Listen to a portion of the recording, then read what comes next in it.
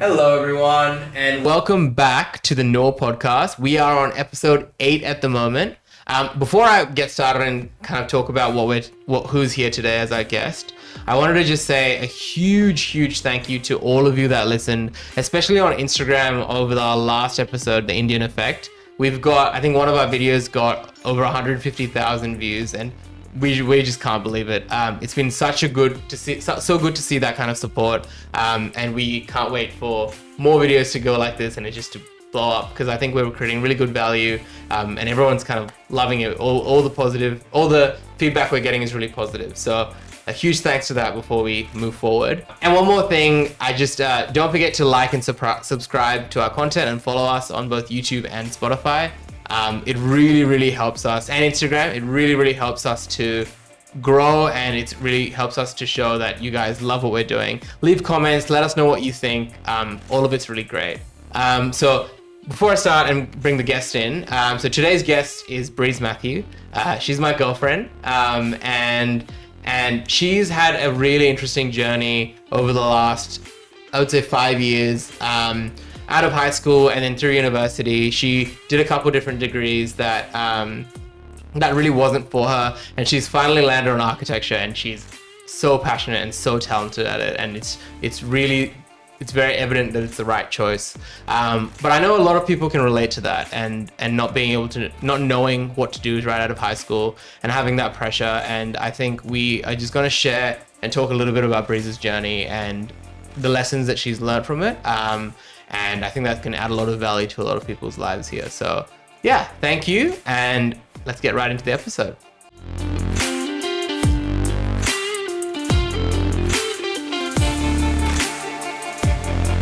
Hello. Hello. Hi, Breeze. Hello. How are you? I'm doing well. Yeah? Yeah. Okay, well, obviously, everyone knows who we are here. Everyone knows who you are. Okay. All right. You have been driving so much content. Thank you. But we're here to learn a bit more about you today. So why don't you start off with maybe high school, uni? Who are you? Well, okay. Who am I? Well, I went to high school. Well, I graduated from high school in 2017. Mm-hmm. And then I got straight into uni. I didn't take a gap year. I just went, okay, let me see what I can do. I actually initially wanted to get into dentistry. I was really passionate about teeth for a long time. And that's what my main goal was. So I got into health and med first, and that was the pathway I was going to take to get into dentistry. However, it didn't work out that way. So initially I tried out health and med, and I actually really don't like biology. And that was a big bummer, because I went into something that was heavily related to biology. And then I actually went into engineering straight after, because I was like, I don't know what to do. And people were telling me, I had so many people telling me different things. And they were like, engineering is great. You can get a job. Amazing. Get into this. And I was like, all right, maybe I'll give engineering a shot. And the one I got into was biomedical engineering. And you know what? The main aspect of that is biology. So I did definitely struggle with that aspect of engineering as well, especially the biology aspect. But I reckon engineering aspect was a fun part of that journey. I did do it for 2.5 years. So a good amount of time I was like, yeah, maybe this is for me. Obviously it didn't work out that way, but it taught me so many things about thinking and how different techniques and how your brain can do certain things to solve certain problems. And then it was actually a discussion with a couple of friends in Bijin, and we were talking about is this really what you want to do for the rest of your life? And I was like, actually, I don't think it is. Mm. And one of my friends actually, he does construction management, and he was like, you would be so good at architecture. And I'm like, oh, that's weird. I don't know why I never actually thought about that, because it's something I used to talk about as a child, but for some reason left that behind and never thought about it. So I applied, and I didn't have a good GPA at this point, by the way. My GPA was, let's not talk about it. It wasn't very good. I'm pretty sure I can beat that. So yeah, my GPA wasn't very good at that point. Yeah, I don't know how you got in. We literally, Words of encouragement. I remember the moment, and it was like, okay, let's do architecture, right? And then we're thinking about this, and then we look at your GPA, and it was like, we won't say what it is. Like a university GPA? University GPA, University because it was a transfer, right? Internal transfer was what we're gonna have to do. But it was They only look at your high school. No. But it was was it 3 years after high school? Yeah, so Yeah, if it's there more is than a rule a year or 2 with, years. yeah, SATAC where they don't Yeah. consider, that's what I thought. So we thought it was 2 years after high school is when the HR is not valid anymore, right? And that's why we're like, damn it, GPA. So we thought, okay, so you dropped engineering halfway through the year, and then we thought, okay, well, we're not going to get in through a ATAR, so we're going to have to do a what was the? I did Open University Yeah. for a semester. Oh, broke Yeah, me. and that was my fault. That was my fault because I thought it would be a good idea if she started off with engineering subjects at Open University. Now, architecture subject. Now, architecture is hard enough when you get to be in person. Imagine doing it remotely. It was not easy. So the correct strategy that people usually do is, they go Open University, they pick easy subjects, because all you need to do is finish 4 subjects and you get a GPA, and you can get that GPA to get into the degree you want. So my fault. I suggested we should do architect subject, and then it was into the deep hard. end. It was good though. Yeah. Like I did get to learn You did. parts Yeah. of it and like actually kind of see what the degree is like. But yeah, Yeah. I did Open University, and then I did a lot of construction in that. Takes me back. Trauma. Yeah, too much. And then I still applied through SATAC. I don't know why I actually did that. I applied through SATAC, and then one day after one of my assignments for Open University, I'm sitting there scrolling through my emails, and I see an email from Adelaide Uni, and it says congratulations. Yeah. I was like, what? Me? So I think I called SATAC as well, and I was like, hey, like, Did you I make a got this mistake? email. I was at Adelaide Uni when I got this email, so I went to ask Adelaide, and I was like, hey, like, I got this email. Is this real? Like, I I just getting want to make scammed? sure It this was is strange real. because like even before we applied, we called SATAC and we were like, "Hey, this is my ATAR, this is my GPA, but I finished graduate at this time." And the lady on the phone was like, "Oh, sorry, we can't use your ATAR anymore because you're too far out of high school. You're gonna have." Then they're the ones that suggested Open University. But then all of a sudden, They use Yata. They use my ATAR. Oh, wow. that's how she. Yeah, there's no way she would have got it without an ATAR. Well, okay, my GPA was pretty bad, but it wasn't that bad. Do you remember what it was? Yes, I do. Yeah, It was. I'm trying to see if it was worse than mine. We'll talk about this later. Off camera. Okay, so you did engineering and you did dentistry. Now I'm a bit curious. Dentistry. So you didn't do dentistry, but you wanted to. Had plans to. What is it about teeth? I don't know. Like as a child, I loved going Is to. it money or I loved going to the dentist. I actually genuinely enjoyed going to the dentist. What? Because I was like, whoa, this is so crazy. There's so many different tools, and like, I don't know, like everything was so fascinating to me that they do. He does come from a line of dentists. I thought it was amazing. And people that have clean teeth and like just beautiful teeth, I'm like, wow, it like I mean, makes you. Teeth really just brighten somebody's face. Yeah. It makes a big difference. Yeah, and like oral health is so Oh, important. it's massive. Fair Yeah. enough. yeah. Do you think if you had the chance to go back and do dentistry over architecture, you would? No, I wouldn't. I wouldn't. I don't think so at this point. Like the health field, I respect the people in the health field. I don't know if it's for me personally. How did you not find a way to run away from biology? I don't know why I How- kept how chasing did you- biology. I actually didn't do biology in high school, so I Okay. didn't do it in year 11 or year 12. Right. It's like a whole different language to me. It is. Do you think you should have? Like, I mean, you knew you were going to get into dentistry, right? And when you went to uni, like that's what you were aiming for after year 12. Yes. So, like, it was. Do you Did think you it would do have the been UK? better if, like, you had a prerequisite to do biology if that's what you, because then you would have got a bit exposed to it in high school, right? If it was a prerequisite, yeah. which I'm pretty sure it's not. No. Yeah, if it was a prerequisite, I feel like I would have definitely done it. But I liked chemistry, so and that I think you Chemistry- just need either or. Chemistry as was a prerequisite for dentistry, Yeah. but for medicine, it was chemistry and biology. Yeah. So I really enjoyed chemistry, so I did chemistry, and I was like, okay, engineering, like you get a bit of everything in there. That's why And I a bit chose of biology. engineering. Yeah. I mean, biomedical engineering is such an interesting industry. Like, respect to so many things that because it's a mix of both health and you've got the engineering aspect of it. Just not for me. He asked before, but I think we missed it. How was the UCAT, like studying for it? Oh, the UMAT, I think it was at the time. Yes, it was called yeah. UMAT, Yes. yes. How do I explain this? I feel like when I was in high school, I didn't take it so seriously to study for this, and I know people that did and actually did very well. But I was like, I'll do this in my free time and see what happens. That was kind of by chance. Like, I'll see if I get in, amazing. If I don't, oh well. And my parents did spend money to like send me somewhere to like actually Tuition. study. Really? Yes, and I was not a good student, so I feel like I wasted a lot of money doing that as well. But for the most You're part, coming out. yeah, everything's No, coming I out. did that. I with my didn't know chemistry this. teacher. You didn't even know this. Yeah. So I did that for a little bit. Why was it difficult? By the way, we're not putting any pressure on you. We're just asking questions. So if you're not comfortable, Yeah, share some yeah, information. Yeah, Yeah. disclaimer. Yeah. Disclaimer. I'm curious to know, was your views of UMAT the same as mine?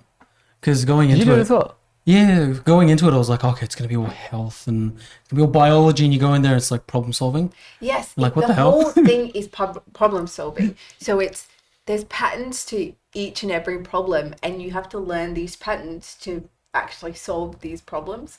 So the more problems you solve, the quicker you get at solving them, so you can actually do more in the time allocated Yeah. for you to do it. That's so the whole exam is just like that. Not all of it. There's aspects of it where it's like reading, and you're like, it's like comprehensive Yeah. test, I guess. So you have to be able to read things quickly and take out the key points, and then also be able to explain yourself. Like, through, Yeah. Because obviously in medicine, you'd be put into situations where it's very critical, high intensity. You have to just bang, bang, bang, make the right decisions. Yes, but it's really interesting because the GAMSAT is not like that at all. No, that's why the GAMSAT is just biochem, physics, and then you get And then 3 essays. Yeah. that's the worst part about it. But like, Yeah. yeah. You get 2.5 hours to do 3 essays. Yeah. And you don't know the It's topic of intense. it. You It's like one sentence. yeah, and on you the have to, day like, they write give it. you the topic, and then you just have to write a whole essay about it. How many words per essay? No, it's not about the words. It's It's about about the quality. It's like introduction. You have to be like introduction, conclusion, like 2 topics, like 2 topic paragraph, or like 2 arguments. You gotta do it like And it- 1, 2. And is, Are they- and is it around the sort of like It could be It could be anything. So they would be like, Oh, okay, okay. it'll be like a business topic, Yeah. an accounting topic or whatever. It's just whatever. How it will is. AI change the medical field? Yeah. That's like an example of like the broad breadth of a question. You gotta read it 3 times. But it's interesting because like in India they have an exam called NEET, which is what they sit out of high school, so like the UCAT equivalent. But their version is very similar to the GAMSAT. So you have to study everything and memorize everything Wow. to be able to do it. But again, like we talked about this last episode, where it's like so many people, much more competitive. That's like, why they move out. yeah, exactly. But anyway, let's not talk about that. So UCAT, Yes. yes, finished up with that, and then Yeah, I like a good period of like, I would say from year 12 to maybe like midway through engineering. I didn't take studying very seriously. It was like, why am I doing this? I'm not very good at this. I hadn't figured out why I was doing what I was doing and what the point is of all of it. So I didn't take anything very seriously. I was like, oh, like I feel like I just have to do this because that's what everybody does. I couldn't even figure out which degree I wanted to do. So I kept like, which is fine. Like I did get to like learn things from each of them. But I feel like the person I was when I started compared to who I am now at uni right now is so different. Yes, there is the age difference, obviously, but also I feel like I'm there because I want to be there. And that makes such a difference. and I do have the privilege to like switch between degrees and test everything out, but I still think that you have to know why you're there, and that makes you To have a want to- question first and Yeah. then to look for the answer. That's the beauty, Yeah. is that you like nobody should feel like they're stuck in a course. Yeah. And I think that's what a lot of people, they just think, okay, I'm in it now. I can't move. I have to just put it through. But anyway, yeah, it's so flexible. You can do credit transfers. You can pivot. You can change your mind.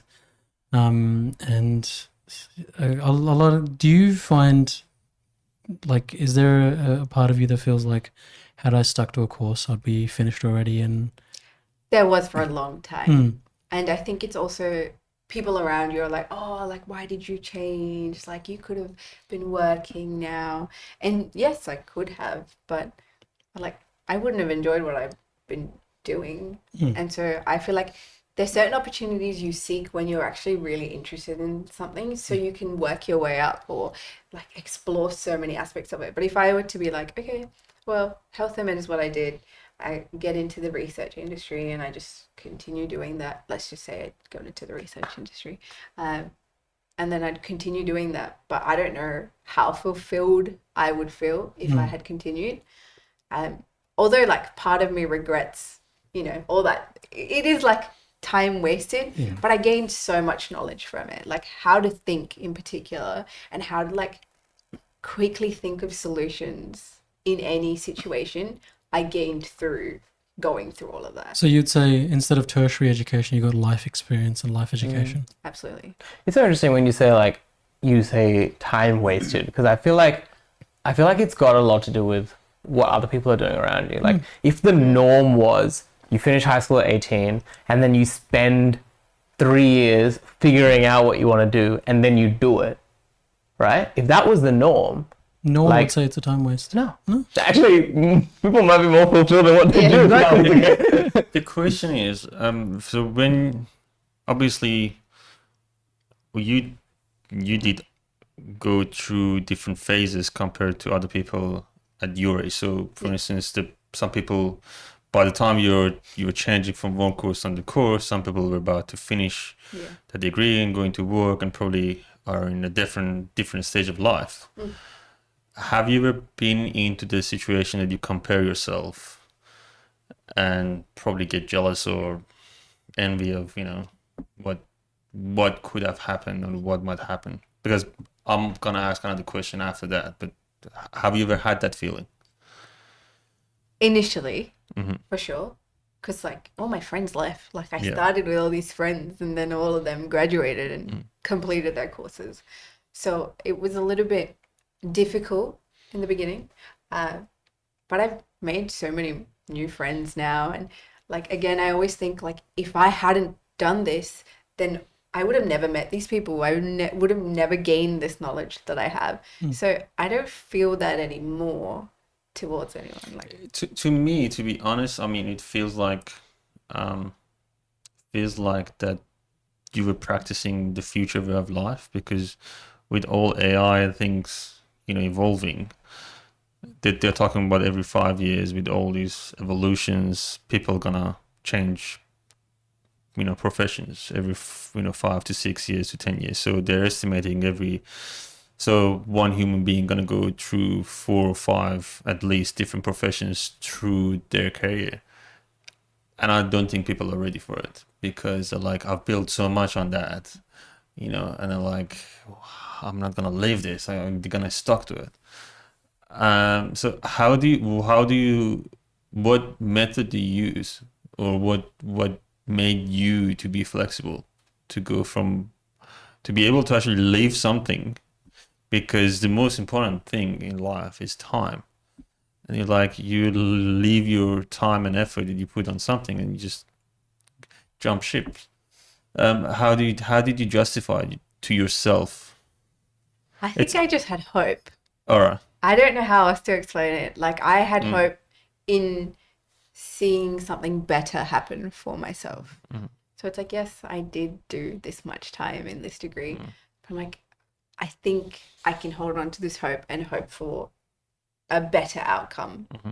in this other industry, for instance. So I just held on to hope at the end of the day. And what was the turning point in engineering? What pushed you over the edge to go, nah, I can't do this anymore? 2.5 That's years it. That's done. enough. I'm 2.5 done with years it. It's a long decent time to time. get Yeah. in It's only before. another half a year to Yeah. go. You have to be brave to say, nah, I'm done with it. It's not for me. I'm gone. It was actually, I remember exactly the moment. It was some biology thing that I was doing, and I sat down to study this bit of it, and I was like, I don't understand. I have this many words to write.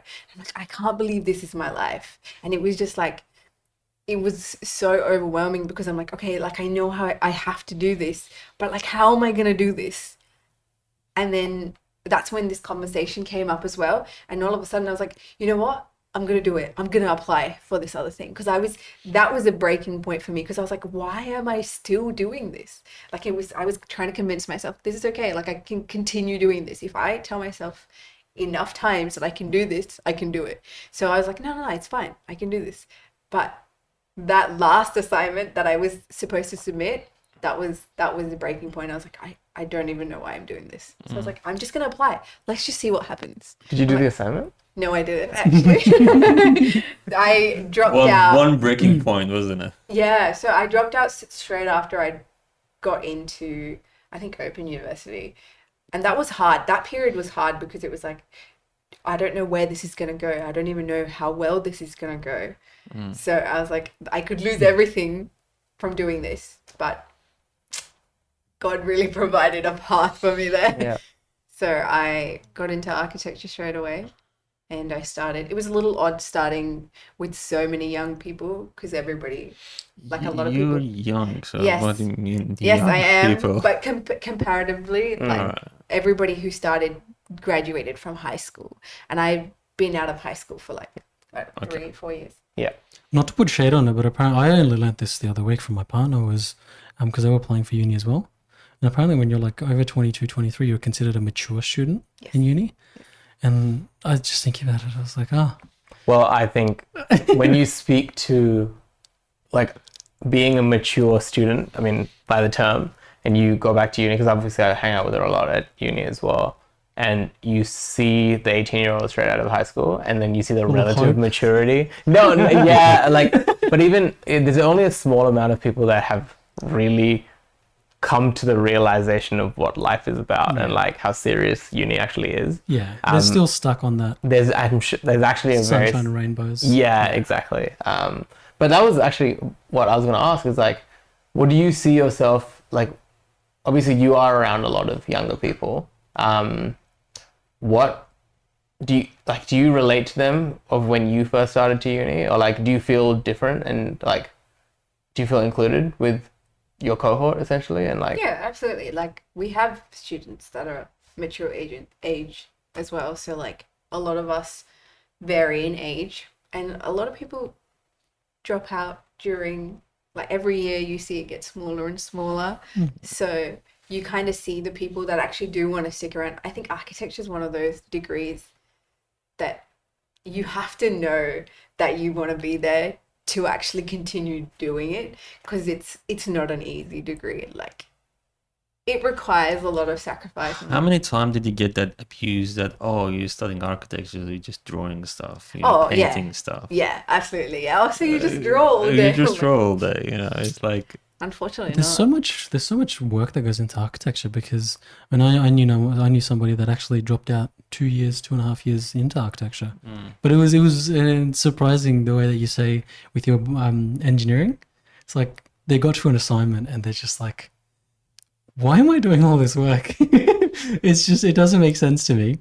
And I would like help them with their assignment and whatnot, and you'd see these like massive structures that you have to put together, and you do this whole like rendering of some sort of, and I'm like, why don't you just do it on a computer?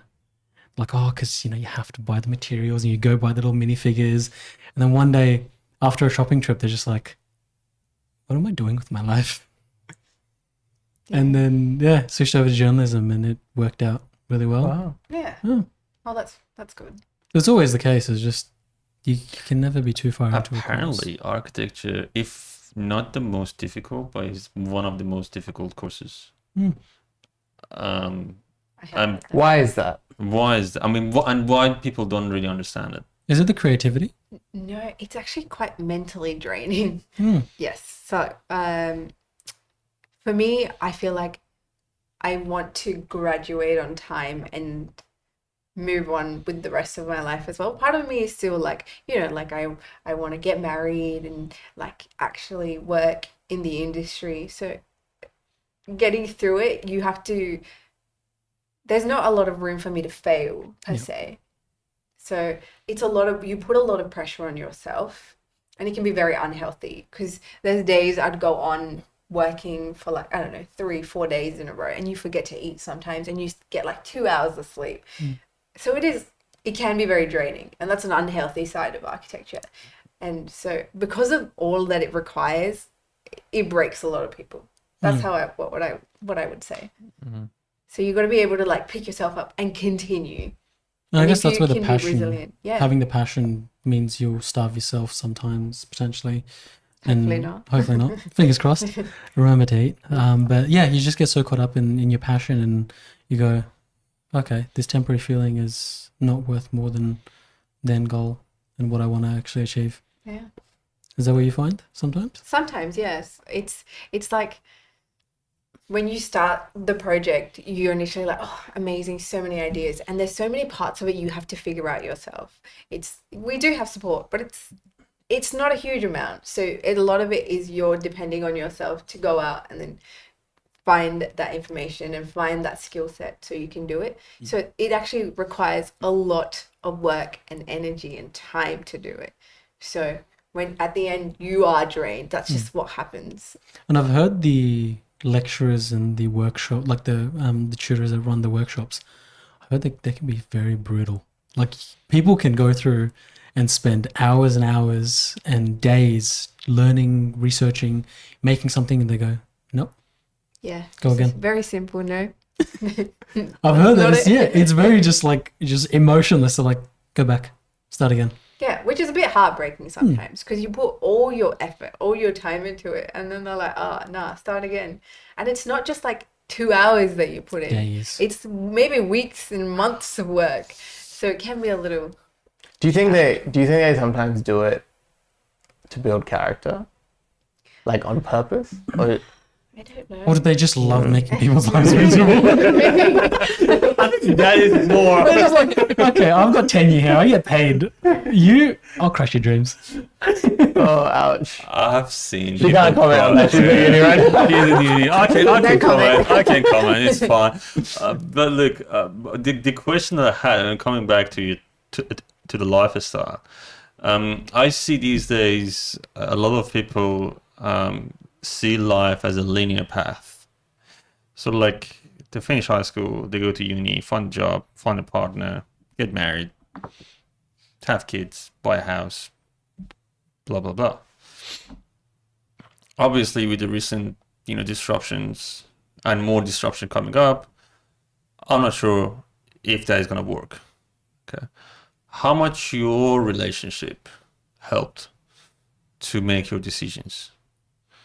Oh, so much. So like, how do you set goals? Because I mean, it's good to have financial goals in life, but how much you set goals together and how much impact has into your decisions towards, your life. Okay. Because that is what, to be honest, because I know you too, and I must say this is very impressive, the way you work as a team. Okay, and it is something that I think it needs to be promoted, because we are living in a world that everything becomes, money is important, yes, money is good, but there are other things in life that are important as well, and having that balance is important. And I can see you guys having that balance, that yes, you think about money, yes, you think about your finances and all that, but you're also trying to enjoy life, and you're trying to have the long-term vision and you're not afraid of making mistakes. So how did you come up with that? Well, I have to credit Bijin for a lot of things. I'm not gonna lie. Well, okay, yes, she says that, but initially it was her. I got to give her credit because okay. So I think the number one tip I think we can share is okay, genuinely, and I think you'll agree with me on this. The number one tip, if you want to like be financially responsible as an adult, learn how to use a credit card. Oh, 100%. It's the biggest thing someone needs to learn. Yeah, 100%. because it's easy to control your spending when the number on your phone goes down as you spend. It's not as easy when it goes up. Because down goes towards zero, up goes towards infinity.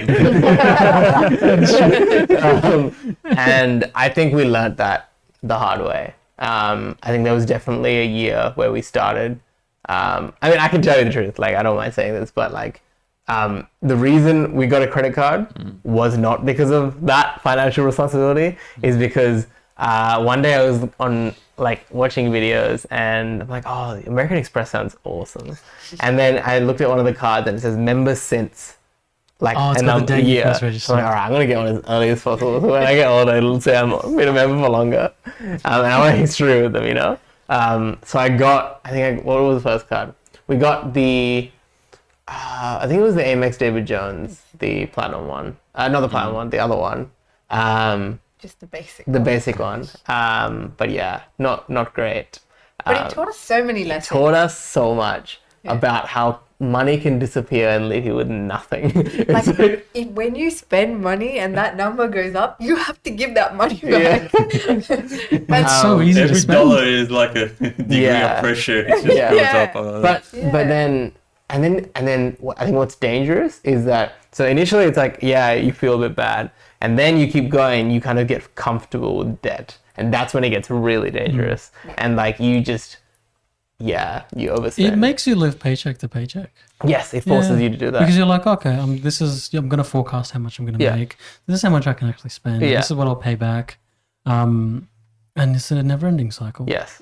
But what changed was when, we were like, we have to figure this out. We have to sort this out. And then Breeze, I think you were on like TikTok or Instagram or something and you saw a really good video. Yes, it was a budgeting video and it was like a whole Excel sheet with like everything you spend, seeing where your money goes, tracking your money essentially. Because when we spend, yes, you get like the list of places you spent it, but that's gone the moment you've spent it and seen it. So getting that information on a sheet and seeing where all that money actually goes, that's how we started to actually get better. And it was being like, so she obviously showed me that. We didn't use the one straight off there, but we were like, okay, this is a good idea. I'm a bit of a nerd. I like data. So Nuggets are fun. So this is fun. All right, we'll start doing something. For me, I didn't have to do anything. Yeah. Engineer just started building Exactly. things. And so we built this like dashboard essentially. And this is the third. So this is now. Dashboards. Yeah, I love it. This is now the third year, I think, right? Third year we're doing it. So every year's been an iteration. So the first one was obviously 2022, start to end, January to December.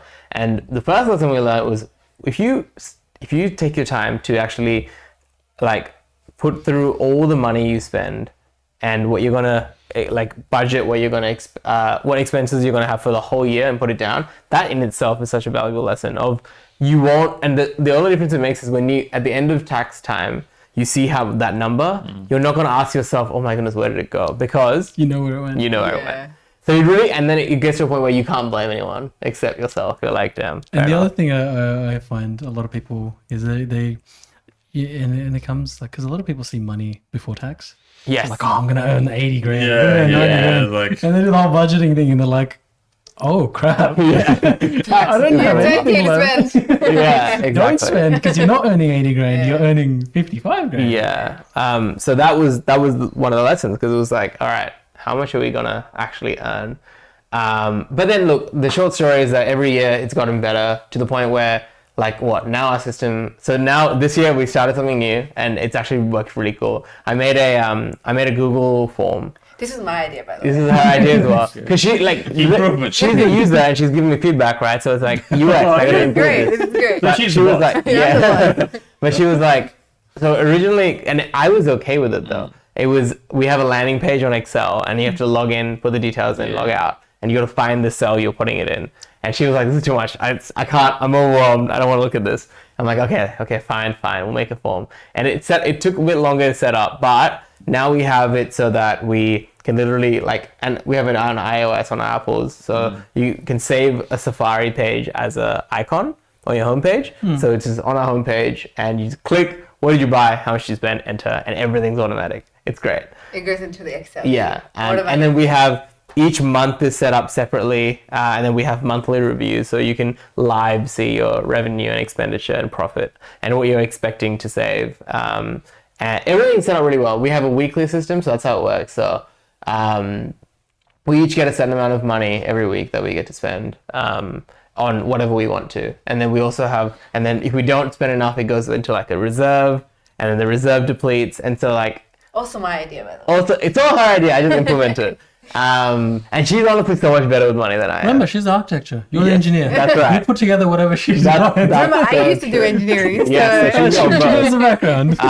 but yeah, it's really good, and I think that's given us a lot of control. going back to the question you actually. No, it's good because the reason I was bringing that topic, and having you, by the way, because he wasn't coming in. I was like, no, I want both of you in here because I wanted to ask these questions. Because I see not only in young generation but older generation, what is happening is people, especially couples, are losing the process, the life process. Yeah. How to get from point A to point B. We become too much we all become sort of like consumers of the society, and we forget that how we're gonna build things, how we're gonna provide things.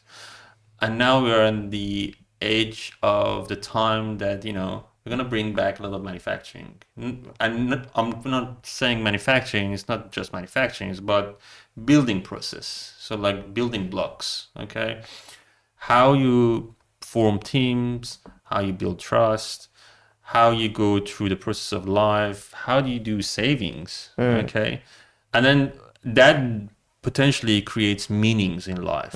Okay. I think it's really interesting what you said, and I think how from a high level, how I would say is that finance is it's chaos. Yes. Right? Spending is chaos. Having to pay for things that you can't avoid, like bills, insurance, cars, fuel, petrol, rent, that's chaos. And then mixing that with things that you want to buy, it's chaos. And then you have controlled chaos, which is the first step, which is literally just trying to actually map out, don't change your behavior, but figure out exactly what your behavior is first, right? That's controlled chaos. That's budgeting initially. And then you can control it. You can tighten it slowly. And then what you're doing is you're getting more control of your current situation. And what that gives you the freedom to do is plan ahead. Because you can't plan ahead if you don't have your present under control, right? Because you're too focused on the present. And I think that's a luxury that, I mean, we're both Christians, so I think something we can say is that, I think you'll back me up here, is that, God has always, done things in his plan, in his timing.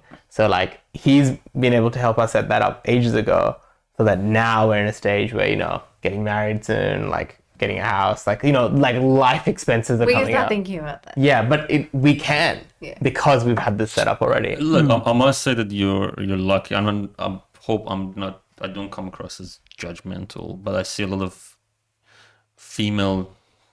young female generation, type. It just don't get that concept. Expecting the man to do everything up front and go through all that process without actually their input. Sure. Back me up if I'm wrong. You're a female here, so you have your own observation. But I think you're right on all that. But you could not do it alone. No, I needed trust. We also changed from the I perspective to the we. So again, teamwork. Yes. When we started dating, it was it was I and then you. And when we became a we, then that's when you can work together and you can build on, so you can lift each other up, but also Yeah. You know, It call also each other. comes. It also comes from like confidence in the fact that like we are gonna end up together. Like we are gonna get married. We are gonna have a family. Because if that wasn't there, we wouldn't. It would be harder to. How did you find the transition though? Because I know, especially in this day and age, a lot of relationships with younger people, they run into that issue where the ego doesn't like you. You would have found that you had to sacrifice so much internally to make that we finally come together. And did you find, because there's that typical thing where they say it's like the relationship starts, there's that honeymoon phase where you're just like sunshine and rainbows, you're all head over heels, and then you start picking up the nuances of each other's. Sure. And then that's where the we Yeah. I wish I friction could happens. create the curves, like how these things work on a chart. So, but you know what we're talking about. Yeah. Did we have that?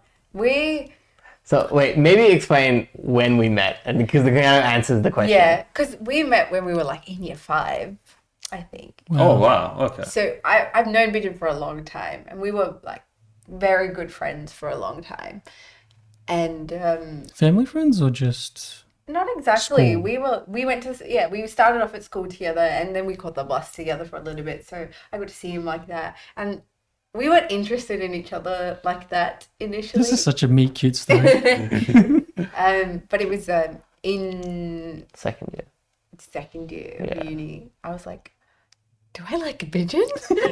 But first year uni was like, it was inseparable, but not in like a relationship kind As of way. friends. Like really, really like best friends Yeah. already. So I already saw little bits of that, and like, yeah. We So just you- got along so well. Sorry, Oh, you were wow. Okay. And also I can say that we are not the same people when we started dating. Yes. Like at all. We're very, very different compared and to we're what both we were. very welcome to change. Yeah. So I'm not stuck on who I am now. Like I'm so happy to change and, you know, take feedback and then do otherwise. And same with Bijin. I think Bijin more than I am. And so I think that was a strength in our relationship, because if I was offended every time he would say something, or if he was offended every time I would say something, I don't know how far we would have gone.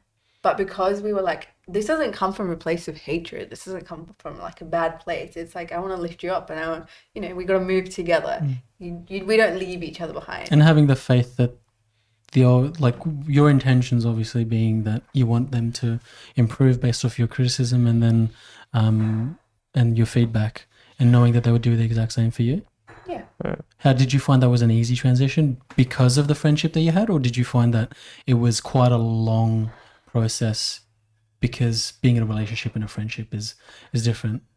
Of course, going into a relationship and then becoming friends is hard. Yes. Yeah. So I guess being friends and going into a relationship did make it a bit easier.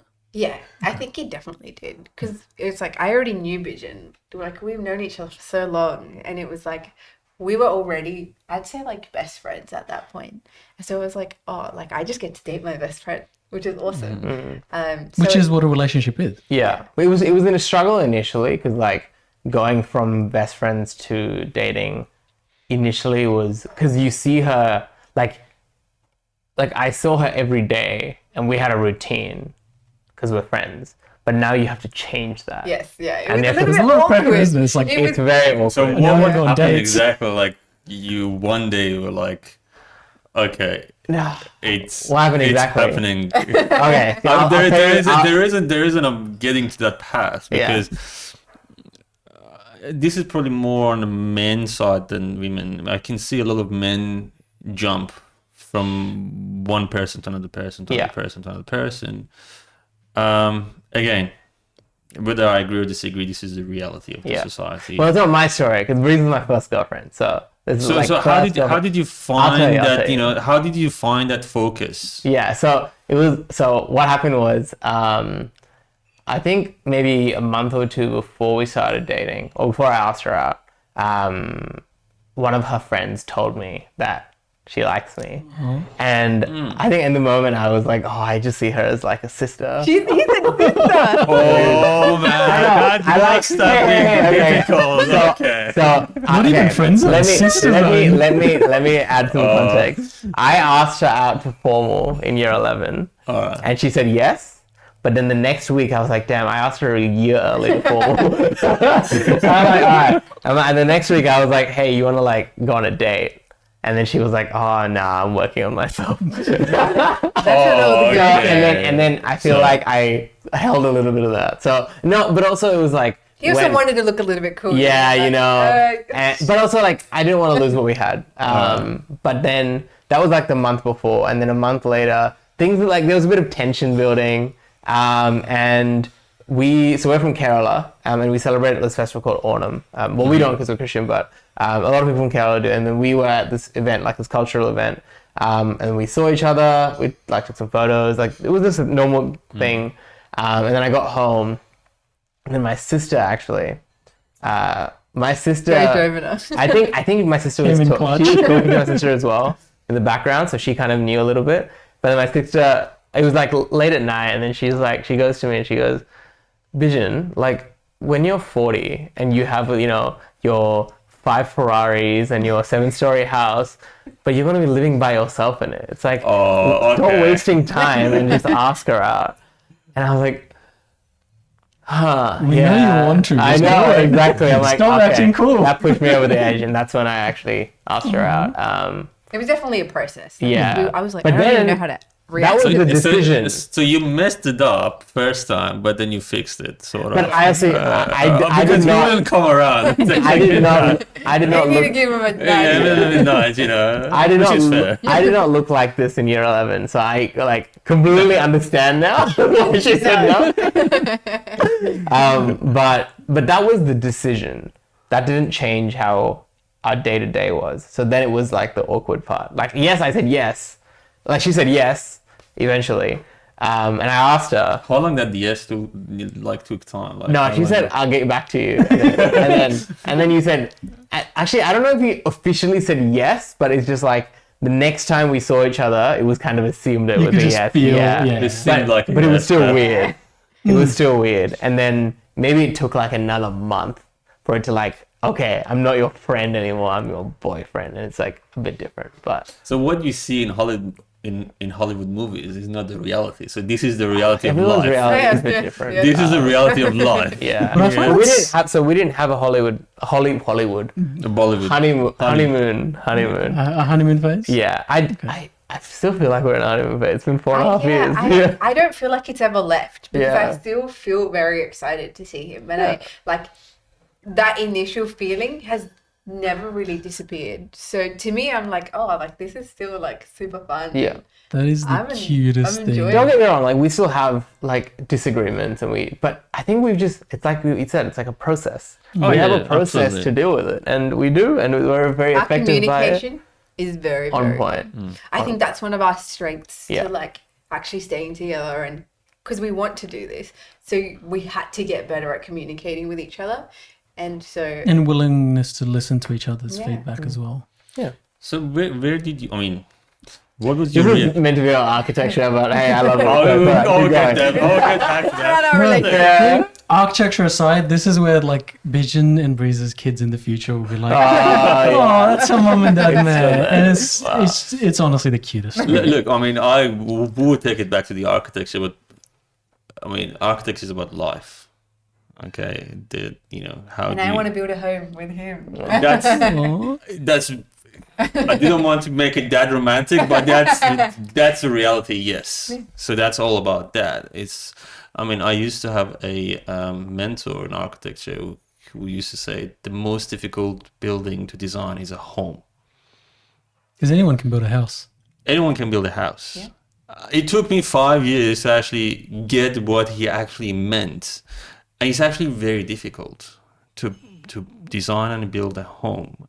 And we do see less of that every day, And that's why I want to actually bring it back to sort of like the discussion here, because again, a lot of people are afraid of talking about emotions, relationships, be open about it, building trust, all that. And my next question was about when Breeze came and said, I'm going to drop uni and I'm going to start a new course. No, it wasn't that. That was not the order. It was I went to her and said, "You should drop uni and start Okay, wow. All right. You are so miserable doing engineering." And then it was the friend and myself. We went to her and we're like, They were like, "Why don't you think about this?" yeah, And I think on that day, I decided I was going to drop out. And I applied. The yeah. other one. I'm all for it. Like, I don't think in the short term at all in anything. I think in the long term. In my head, it's like, all right, we're gonna be 50, and you're gonna complain about 2 years you lost when you were in your 20s. Like, you're so much happier in what you do, and you're able to express yourself. Absolutely. So you are enjoying it now. I am. Yeah. Yes. What do you like about it? Oh, that's such a hard question. I'm still discovering new things about it, like every day. So obviously, I kind of have an idea of what I want to get into afterwards, but there are a couple of passion projects that I would love to do. So again, when you were talking about making a home for someone, I think that's so interesting, because especially for people that really can't afford to have a building, or like to be in a building and have a roof over there, like that's hard for a lot of people, and people are thrown into places, and it's just like, okay, maybe you have somewhere to live for this much time, and it just you can tell it's crowded, you can tell that it's not a home. But I would love to work on something that actually works with people to kind of create a home for people, not just a house, or not just like, a place to sleep, rest. Like, I want it to feel like a home. Then I will ask, what home means to you? It has to be more than a building. It has to, like, a connection with the building. So it's more than just the sharp corners and the pretty glassware. Absolutely. And I don't know what that means at the moment yet. Like, I'm still, again, discovering. And I mean, we do have a lot of your background. You're from India.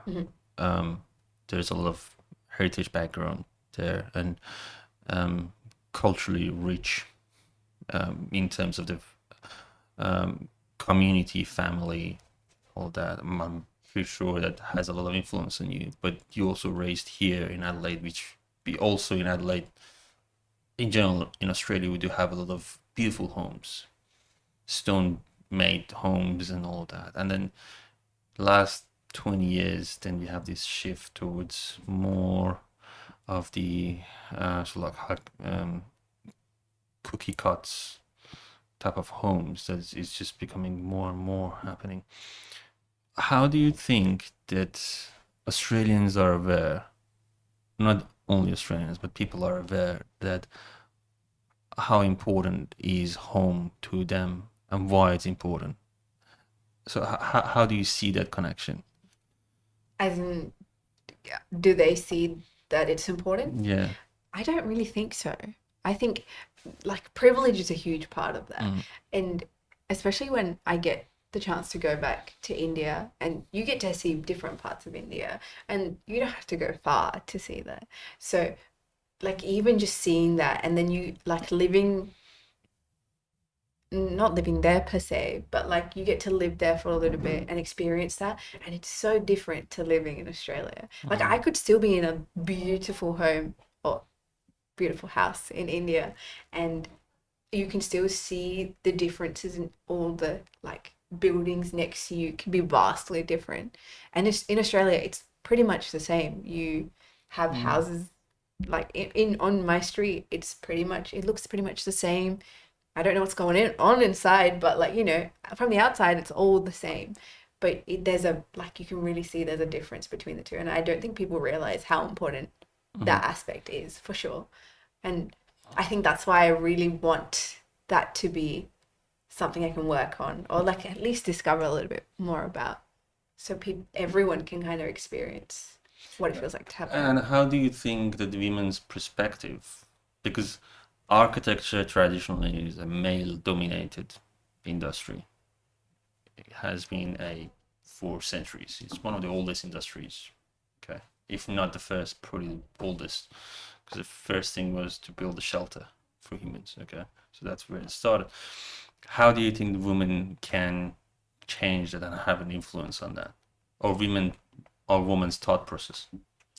Well, I think emotion is a huge part of that. Like how emotionally, not invested, but what emotions you can draw out of things. And I think women naturally are a little bit more, I don't want to quote this, emotionally intelligent, but I want to say for the most part, there's a lot of There's no shame in that. I mean, Yeah. that's No, the I think- reality. I think that's Yeah. the truth. That's the truth, yeah. Because guys will look at, say, a couch in a certain area. They were like, okay, that couch there looks very practical. It's good. Whereas women can sort of be like, well, no, that looks nice, but what if we place it here? Then we can have that closer connection towards the kitchen, or there's a better area where, say, when you have kids, you're like, the kids can actually have a nice place for them to play, for us to sit, and it just brings that bonding a little bit closer. Because we think functionally, right? Yeah, we think Because okay, functionally, that looks anywhere would nice. work. Yeah, I mean, Exactly. like, yeah, it's a chair. And You sit down. I guess, as Mark said, because architecture was so predominantly, male driven, and even the construction and whatnot. Nowadays, you go to the builder, they give you a handbook, or like they give you a little booklet. They're like, pick which one you want, and then when you go this one, you go, well, what street are you going to be building your house? Here. Actually, this looks better because it just fits. And then you look at an aerial shot. And like when you go onto a plane and you're landing in Adelaide, and you see the rows of houses and they all look exactly the same, and you're like, huh, that's interesting. Unless you go into the more Higher end. So that's where you're people- setting up privilege. It's like, Yeah. yeah, because it's architecture is now almost like a luxury, where previously, when like that process wasn't streamlined and like so cookie cutter, like you were saying, Correct. And everything was different. You could express yourself a little bit. And do you think, from your perspective, is it because I think if I'm not wrong, only 5% of homes in Australia designed by an architect. Yeah, I think it's a very small amount. So 95% just That's all a other template. people. Yeah. Mm. And I've been talking to architects, and part of it also, it's because of the financial aspect of it, is like there is not enough, because we don't get paid enough to do that, and then it's not worth it. But then I see that architects don't even try to sort of like break into that market, because all the money goes to the developers and all the other people. So how do you think that younger generation could change that? Because it's sort of like a social change, or social attitude change towards where I'm going to live. It's important. Okay, so no, you're not going to build that just cookie cutter around the corner, because I don't let you do that. Okay, so how do you see yourself and your generation will impact on that? I think like nowadays, younger people care a lot more than like the older generation. Yes. I think generally. So it's like, even if it's not something that's gonna, I don't know, I think there's a lot of thought and a lot of discussion about things now. So people are working on every aspect of everything.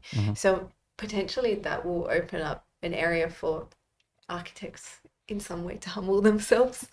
Yeah, correct. But look, this is one of the topics that when you talked about the functions. So modern architecture after the Second World War, the concept was that form follows a function, which is the basic of the form. The more simpler, the better.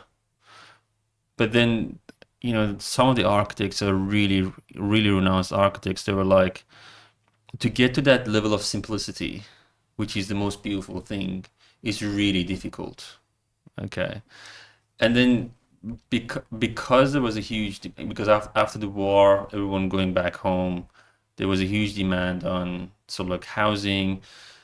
Then you had all these bad copies of, this modern architecture, which end up, because it drives by the economy, they start cutting back, and it start becoming the cookie cutters, Streamlined processes. It's streamlined processes, which which is losing the merits of the story, and that's where I do sort of question: is it are women able to actually bring back that story?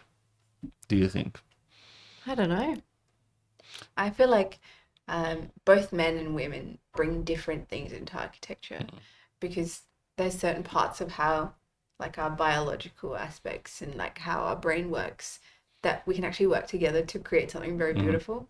And architecture is not supposed to be something that you work on by yourself. It's a massive team effort. Yes. And with so many people, like if there's more women in it as well, like you can, I feel like it will only like build up.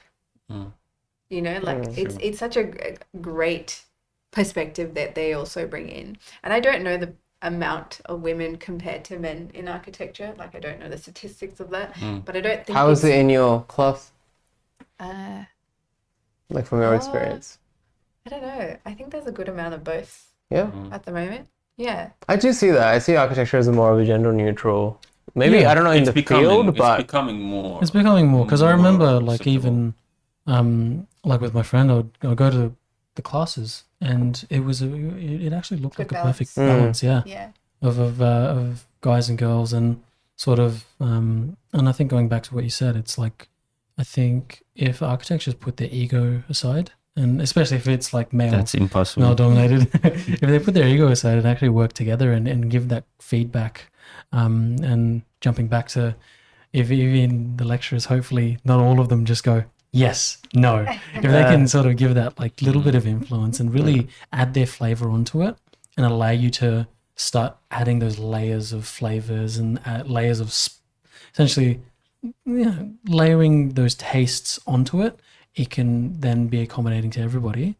And one thing that I wanted to ask was, and it popped into my head because Nemad, quite a while back, he said, my ideal house or my ideal home is, 2 streets away from the beach and 2-story house, this and that. What does a home look like to you? Ooh, such a good. I don't know this, so I'm excited to see. And then Where am I going to live? once you answer that, I want to ask the same thing to Bijin as well. Well, the home is not just the building itself. It's like how you experience that building and who you experience it with. So hopefully I do get to experience it with him and have a family. So you want a space where like it's not just somewhere you run to make food and go to sleep. It's somewhere you want to be embraced by. Yeah. So, and like one really cool aspect of architecture is there's so much care in like at the moment at least like materials and how and it influences what's the energy of the house. like how it influences that, and even just considerations for the world itself, so like the environment and making sure we can work together, so it's not just for the humans, it's for what's surrounding us. And as is well. it also an aspect of using the most abundant resource of wherever you're building as well? Yeah, I think there's a lot of issues with like that at the moment, and it's like even just like a shortage in materials, and then that obviously is such a hard part for so many people at the moment because there's homes that or houses they've signed for and it's taking 2-3 years to build and they want to make a home out of it, but like that's hard because you need the house first. And, and that's quite difficult. But yeah, I think architecture brings so many like beautiful aspects of things together, and architecture is not just a home or a building. Like I really do believe it's more than that. And different people express it through different things, but there's so many cool. But what about you personally? Have Like you thought if about you were to close your eyes. Did you just realize that she escaped answering that? I know. Yes. That's why I brought it up. And you know running why? around. And do you know why? I'm telling you what. I mean, if you go and ask the most famous architects, they're not gonna give you that answer. It's to be experienced. It's. I wake up a day. I'm pretty sure you do. I've heard a lot of architects, the interviews, and they're like, "This is my dream house, and this is what I want," and then probably a month later, like, "Nah, It changes. changes." It changes. And you see a lot of these architects, the famous ones, they end up in these glass house in the middle of forest or something, because they're like, I think they just can't make up their mind. So many possibilities. All the Zaha Hadids and all of those are just like, yeah, It's nah. like they can't describe it because there's so many things going into them. And Is it because it gets so complex and their thought process gets so immersed into all of these different variables that they just break and they're like, I just want to stick to the bare minimum? No, there's just so many styles. Like, what do you choose from? And you only get one shot. Yeah, one Unless you shot. keep building houses Yeah. just all over the place. For me, I think it's like what you said, it's not about the house, it's about what it represents and what it brings. I have been loving this idea of a house can be a place to dwell. I think I don't know if it's just my personal experience or just in Australia, what I've seen is that people don't go over to each other's houses very often. People don't stay at their own houses. Yeah, exactly. I've noticed, especially like if you're gonna go somewhere, like you go to a cafe or go to brunch, and it's always like somewhere else. Like, what's wrong with your house? putting those sort of events aside, even whenever someone's feeling emotional, like your house should be the place that you want to stay and be embraced by. But I've noticed so many people, especially young teenagers, they go elsewhere. I'm like, well, your house should be your safe space. So I think that's one of my focuses would be. It's like, I want to be able to, in my house, I want it to be able to be a place where people, my friends, can come to dwell. Whoever my friends are when I'm older, I want everyone to be at my house as much as possible, because my house is going to be the best place to hang out. It's going to be the home. It's going to be the home, exactly. And so what that means, like, dwelling means food. Dwelling means a big kitchen. Dwelling means a good area to have a community around. Area. And then something we always talk about as well, it's like when we have kids, it's like sleepovers. Like, I don't know, not a big fan of that. But come over to my house. Bring your friends over. I'll be so open with you coming to my house because I have control there. Whereas like, I want to make a place where my kids won't want to leave. Yeah. Like, no, this is the place to be. Everyone come here. This is the And place they to be. advocate for it. Exactly. Because a house, I think people need to dwell in. Like, maybe that's the reason why, like you said, houses are losing its values, because people aren't spending much time in it. yeah, The money is going to where the people are spending the most times, which is why so many people, like, so much money is going into these cafes. And like the cafes and the brunch spots look really nice now, because that's where people want to be when they want to be around something that looks nice. Or they go into like the lobby of an office building, right? Like, or like your office spaces. Like, why are these the places that are getting the most like architectural influence or like design? Their eyes are going there compared to your own home. House. So there was another concept, like, so that's you just pointed out a very interesting topic. There is a discussion and debate, is that you are coming from the town that you brought up. So you say, I'm from Adelaide, or from, you call the city. So the city is actually your home. Okay, so how did city actually becomes a place to all of that is part of the journey as well. Okay, but then I think personally, I think people are losing the balance between what the home is going to look like in the smaller unit and what a home is going to look like in a bigger unit. Okay, what's the value in it? I don't think it's an easy question or an easy answer to that. But also, nowadays, people are trying to, for instance, like Google, and how they're trying to get their employees to stay and stick and work for longer. So they're making an environment where that's accommodated. So like, we will give you all of this. Keep working. Stay here.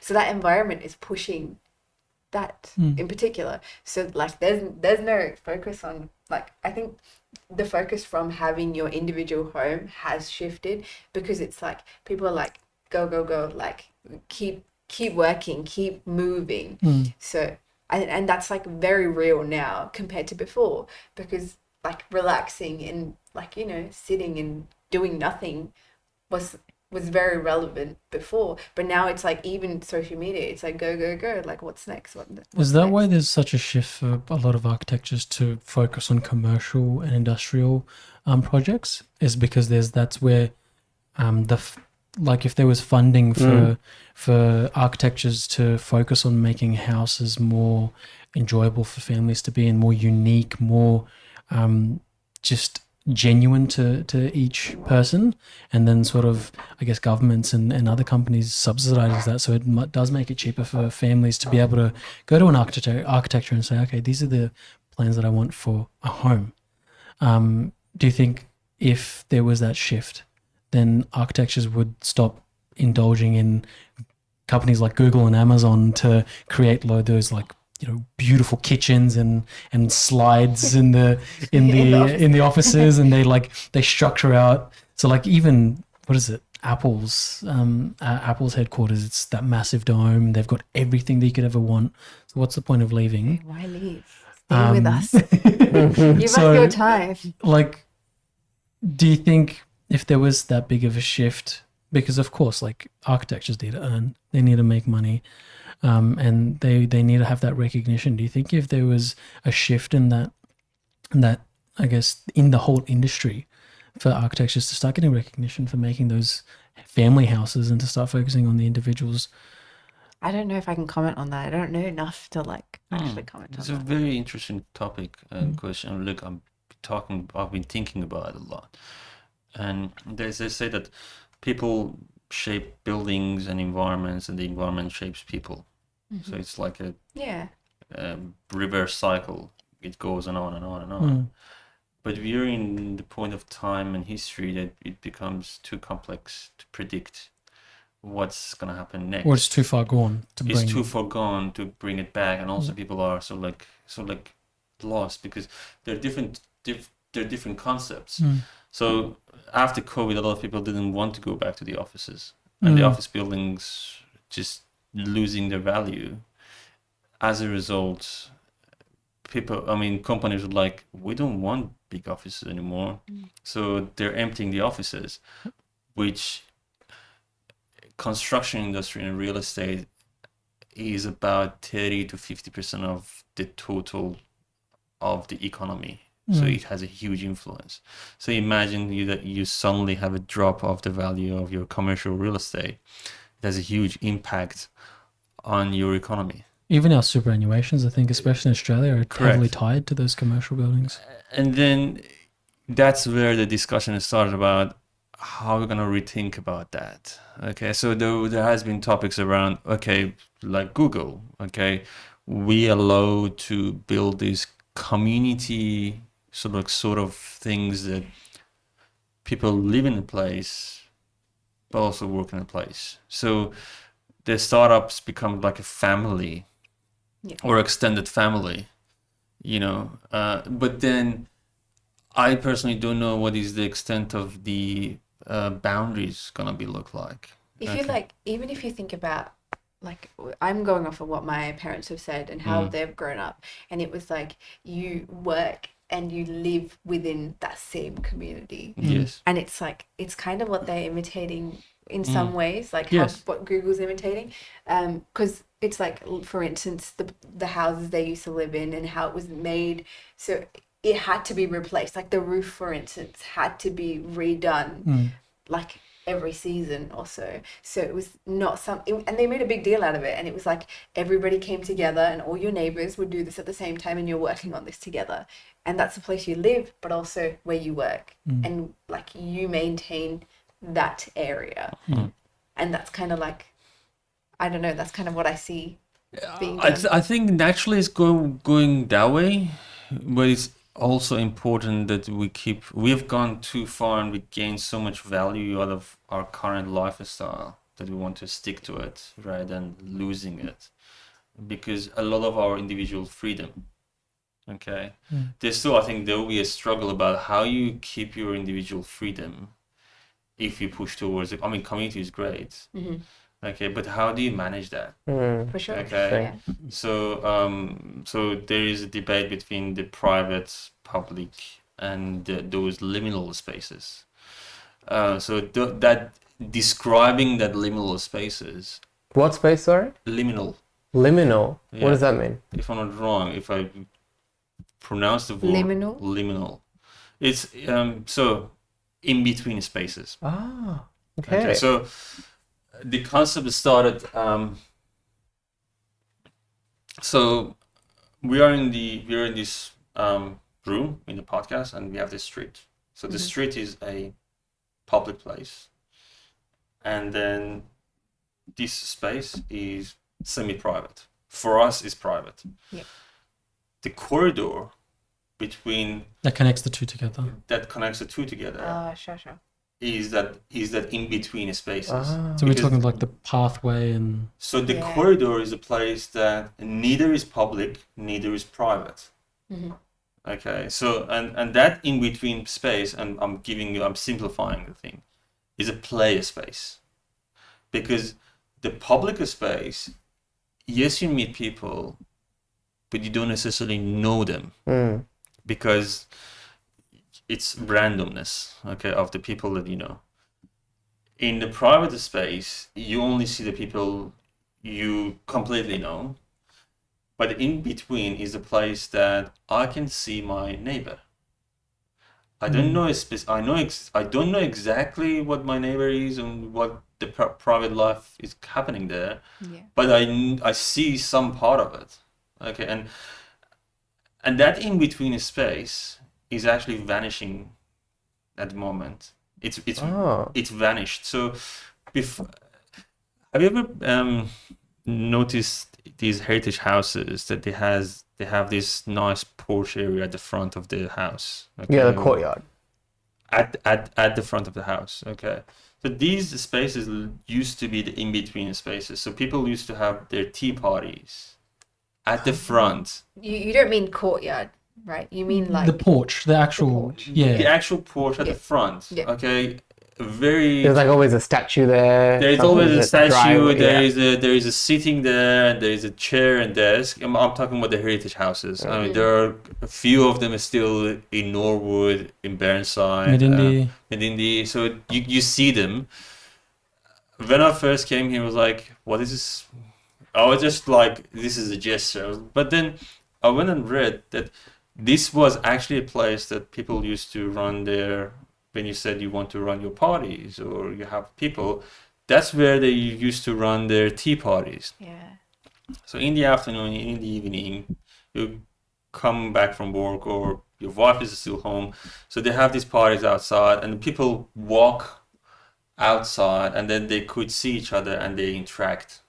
Oh, so if you see your neighbor walk so by, you Yeah, say this is hello. very relevant in India. Yes. So all the houses have this section at the front Yes. where it's like you get to sit, you get to enjoy your tea, and then you get some sunshine, but you also communicate. Yes, yeah. So everybody that walks through there, because it's not like gates aren't very common, especially like in like obviously like a well-off places would have gates, but like normal houses don't really have gates, so it's very open. You see the road. Yes. And so people that walk past your house, you get to see and you interact with them. But it's all done on that like That porch in-between. bit. In-between, Yeah, that's yes. that in-between space.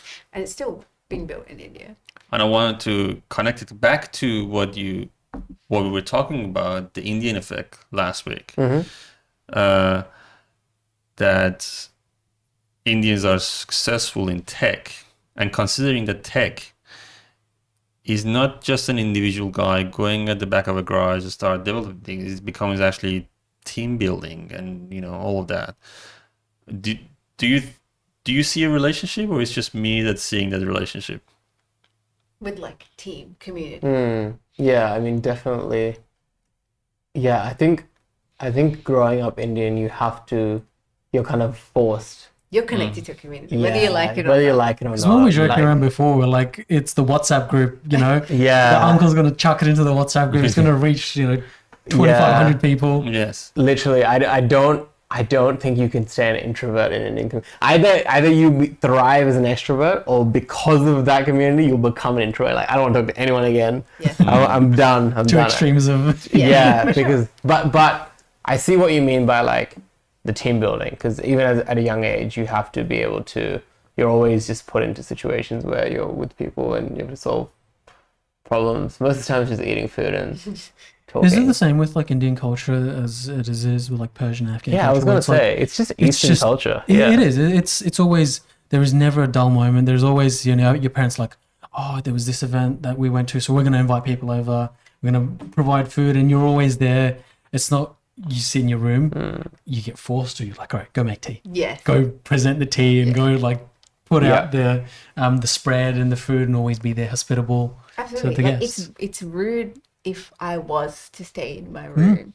And like the very occasional times I have, I've got a lot of got trouble for And you feel that. guilty as you grow Yes. up. You're like, yeah, because when people come in, it's like, oh, I should come out of my room to say hello, to greet. And I don't know how it is in like Western societies, but being ethnic, it's like expected of you to go outside of your room, greet whoever it is. Like, you don't stay in your room.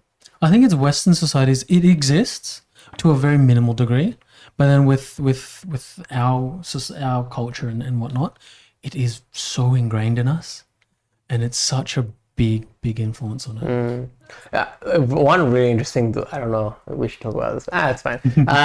One interesting thing though Maybe with don't. no. It's like, She knows you better than no, one interesting thing though, like with what that comes with growing up in a community where you're like really shoved together, is that you make a lot of friends with people, not because like you're compatible as friends, just because you see them every week. you're forced to. You're forced to. And so it's not like, and they don't end up becoming your friends, they're like just your parents' friends, kids who you spend time with.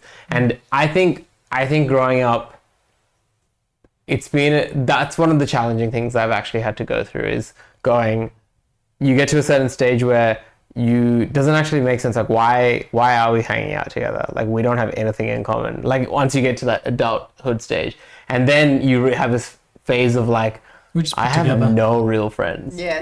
I have Oh, for no real sure. friends. And then you go, who am I? And then you're like, all right, now I know who I am. Then I can look for people more like me. And then that's where you get your like real friends. Because your community is this whole simulation that your family and your grandparents put together. Yeah. Yeah, you want to escape that the matrix, Matrix. right? Yeah. But that was difficult. Yeah. Right? And do you You have go a- through an identity crisis. Yeah. You're You like, really do. who really am I? Do I really have any friends? Like, does anyone really know me? Do I know me? Yeah. And then that's when you actually start taking it seriously. You're like, okay, like, wow, I really have a lot of thinking to do and a lot of growing to do. That's the other part. You just don't grow in certain circumstances and certain like groups and situations. You just stay the same. Every year you get older, but nothing's changing. If that kind of makes sense. Because I want to, this is very interesting. I want to draw on that. It's entrepreneurship, innovation, personal development happens when you work on yourself. Okay.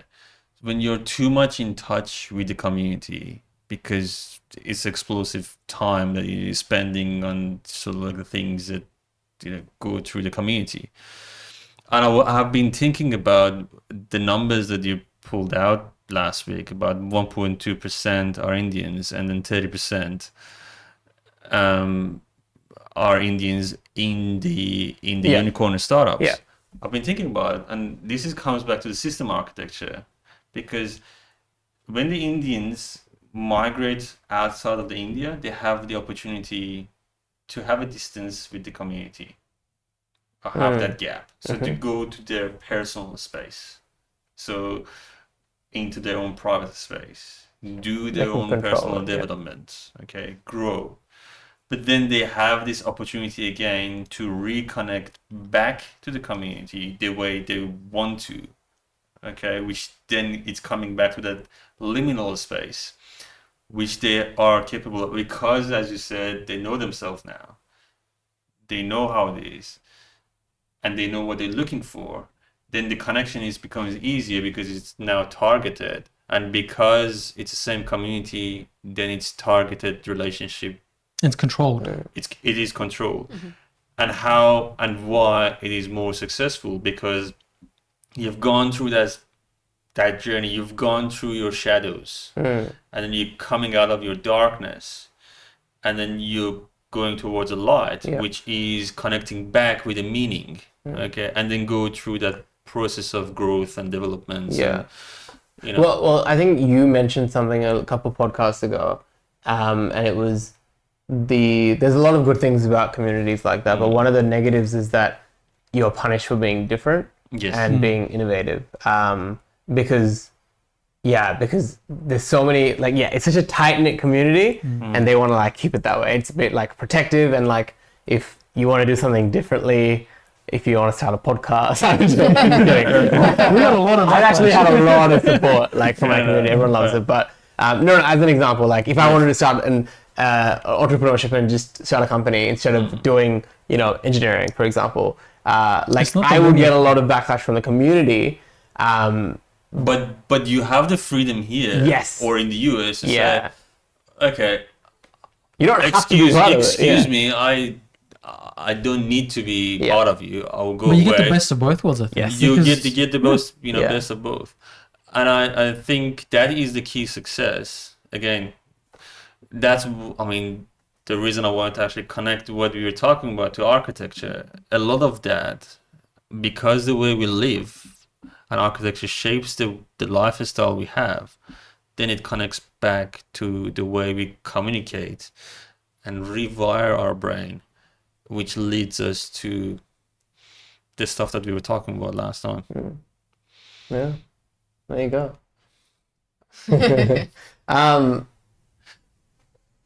But my question is, why don't university teach this stuff, do you think? Yeah, that's something I wanted to ask before as well. I'm a bit scared. Well, okay, wait. I can let me restructure that question into a bit more detailed. You've had a bit more experience. Okay, this is coming back to architecture now. Yeah. You've had a bit more experience where you've seen kind of what the outside world is like. Maybe also seeing the technical side of engineering. Maybe seeing what I do for work as well. But where do you see the disconnect between your degree and like industry? You know You've what? seen a bit of Actually, both. this is such a good question because I've been recently thinking about this. I'm like, if I were to graduate and I were to look back and see what my degree was like and like what would I recall, it would definitely be all the hard times in that degree. So all the times I have broken down and lost sleep and continued to continue. And it's like, it's not going to be, I don't think it's going to be a specific skill that I gained or a specific assignment or poster that I made. I definitely think it's going to be my ability to be resilient. To persevere. Yeah, and to persevere. I think that for the most part, they're just teaching me, like, you get knocked down, pick yourself back up and keep going. You're talking to talk like it's an army. It is a little bit, isn't it? Mentally, It they is have a to little be. bit. That's a skill. That's a skill. I for sure think so, yeah. Like, I definitely do question certain things that they teach and certain ways they approach things, but at the end of the day, like, you still get to learn when you're outside of your university. Like, people are still willing to teach you, and you, if you show the willingness and you are ready to learn, you can. But things like that, they don't teach you, like dealing with that and being like, you have your own life and you've got to go to work and then you have university. That's like a hefty amount for such a young person. And so you have to learn how to manage your time, spend this many hours on your work, and then you might lose a little bit of sleep, you might not eat for a little bit, you just have to pick yourself up and keep going. And I feel like that's, if I were to look back at the 2 years that I've completed, that's what I reminded of. I'm like, I still made it through. Like I can still take this and I still made it through. And like, even problem solving skills, for instance, I think I gained a lot of it through engineering, because it's like, okay, that doesn't work, quick, what's the next one? Plan B, plan C, plan, all the way All the alternatives. through. Yeah. And so you learn how to like pick things up and keep going. And you need that in architecture. You need to be like, okay, that doesn't work. I can't dwell on that for too long. Yeah. Like, what's next? What What are we doing next? What have you? I don't want to answer the question for you. Okay. So what is the value in being a perfectionist? Is there a value, or like, do you want to try and what have you learned about perfectionism? Okay, actually, this is something you've taught me.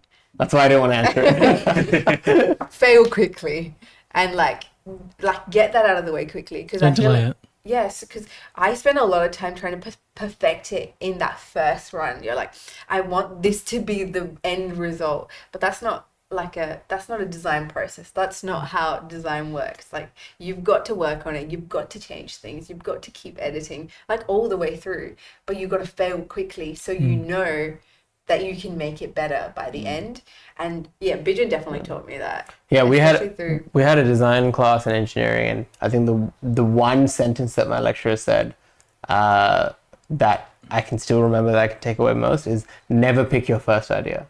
It's never going to be the best one. Which is why Bijin was like, I'm going to fail 10 companies in the first year so I can make a successful one in the But then you next. end up That's right. you'll hear like, no, it could actually be the first one. Perfect this. but like when you're doing design work, it's like, don't get stuck on it. Like, it's a mentality of maybe you just have to start moving, and don't dwell for too long. You can dwell after, you can dwell in between, but dwelling initially, I think it just doesn't get you moving. And How do you draw the line and say, I agree with you, because you need to sort of like go through the synthetic problem that, I have one idea and then I go to opposite idea and then, start massaging all of that and go more. Where do you draw a line and say, that's it, that's what I'm going to do? oh, that's hard. I'm still learning how to do that, because I actually get stuck very quickly, and so I can't, because you have this one idea and you're like, I think this is going to work, I think this is it, and then you want to work on this, but like, I'm still trying to figure out how to let go of that and then start again. But I feel like because I have deadlines, that's a good indicator of, like, you don't have a lot of time to choose, like, draw the line and now stick with this. Yes. And there's a lot of support, so I guess that's kind of how I draw the line. But I definitely think you have to have a good amount of like your initial mistakes to know that you're on the right track. I think that's how you kind of figure out that you're on the right track. This is a question that maybe we've wanted to ask every guest and we always forget, but I'm going to ask you. Okay. Will it make me cry? Who's been a local role model to you? And In the industry? no, just in life. Like, who do you? You can't say me. I was about to say, if you say Bijin Wong and start crying, you're like, oh, it's so cute. Except him. Except so me. Who do you look Who's up a role to? model? Who do you look up to? Ooh, actually, okay. I don't want to say role model altogether, because I feel like in different aspects of my life, I look up to different people. But recently, there's a girl that I work with, and it's the way that she communicates with people. I know who it is. I'm like, oh, that's right. All right. The way that she communicates with people is just incredible. Like the care and the time that she puts into a conversation. A lot of empathy. Yeah, and her ability to just listen and just like sit with you is so incredible, and I look up to her for that so much. And I've actually started when I have a conversation with someone, I've started imagining, or like, it's like downloading the file with her in it into my brain. And so I'm like, I'm her, like, I'm like putting on that coat. Taking And it till you make it. yeah, it's actually helping me be a better listener and care more for people, because I struggle with that a lot, just like genuine care. And there's two ends of it. I can care a lot and then like Not care at all. and then not care at all, but you want to find a good balance between the two, and she has taught me that, and I think that's somebody I look up to at the moment. Yeah. That's so good. That's so good. I know who it is as well. All right. And I can't wait for her to see this as well. I want to see her reaction. She said, We should do water then. what? And like, I know we're like almost about to finish up because we're closing up here, but maybe I can ask, in the last, like, if you could go back 1 year from now which is like, let's see, March, just before you started uni last year. Yes. What's maybe one piece of advice you could give yourself and something you've learned, so that would have helped you to have a better year? And then also answer, if you look at yourself a year from now, so March next year, what's something that you want to have accomplished? It could be like a professional thing or a personal thing, or Okay. No pressure. We're not gonna kind of like say, why didn't you do it? no. Well, from last year. Accountability. It's on camera. That's so good. Yeah. Please don't watch this. From last year, I would say fail quickly. Fail quickly and like make mistakes. I think that's what I would say, because I put so much pressure on myself and it was really hard throughout my like semesters. So that's the advice I wish I got last year. And then the advice I would give myself for next year is tell the truth. I think there is so much weight on telling the truth, and it's such a burden to lie all the time. Okay. Breeze, Yes. I wanted to say a huge thank you. We wanted to have you on for ages. Such a sought after guest. Yeah, absolutely. But thank you for making the time to come and do this and kind of putting your life out there. No. And my life out there. You're really brave. Which is awesome. And I think some people will learn from what you've had to say. And I think so many people have a shared experience with you as well. You've been really inspirational. I learn from you every single day. So thank you. No, yeah, I just wanted to add that it's an absolute pleasure to, obviously we know you, but spending this time getting to know you more and what really makes you. And I guess Mark and I can both agree that we love how amazing both of you are together, and we'd love to see how you both grow, progress, and just what wonderful things are to come. Yeah. And really thank you. You were so brave. And sorry, I did push a little bit of the boundary because of like this is where we are here, and you know there's a lot to share from you guys, and it's really good because this is what we want to do with the community. It's like we want to spread. We see people with masks every day, okay, and they are scared of telling their stories, their difficulties, their hassles, their challenges, but also when they succeed, you know, the real happiness. Really, thank you. I really appreciate it. It's a good story. Thank you, Mark. I hope Appreciate so. it. Thank you, Breeze.